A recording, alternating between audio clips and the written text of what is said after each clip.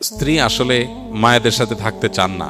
কেন? কারণ তারা অনেক ডিস্টার্ব করেন, বিরক্ত করেন, ইত্যাদি ইত্যাদি। তো এক্ষেত্রে শরিয়ার বিধান হলো, সন্তান হিসেবে আপনি মা বাবার কাছে যাবেন, সেবা করবেন, লোক দিয়ে সেবা করার ব্যবস্থা করবেন, এটা আপনার কর্তব্য। কিন্তু স্ত্রীকে আপনি বাধ্য করতে পারেন না যে আপনার মা বাবা খারাপ আচরণ করে তারপরও সেখানে পড়ে থাকতে হবে। এই অধিকার আপনার না যে আপনি তাকে এটা বাধ্য করবেন। তবে স্ত্রীর এখানে একটা কর্তব্যের ব্যাপার আছে, নৈতিক দায়িত্বের ব্যাপার আছে। সেটা হলো যে স্বামী আমার ভরণ পোষণ সবকিছু দেয়, সবকিছু খেয়াল রাখে।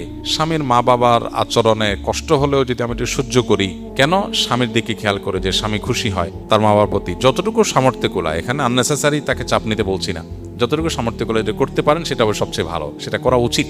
যদি তিনি কোনো কারণে এটা না করেন, তাহলে বাই ল, আইনগতভাবে কোনো স্বামী তার স্ত্রীকে এটা বলতে পারে না আমার মা বাবার কাছেই তোমাকে থাকতে হবে। বরং শরিয়ার দৃষ্টিভঙ্গি হলো, স্বামী যেখানে থাকবে স্ত্রী সেখানে থাকবে, তার সামর্থ্য যদি থাকে।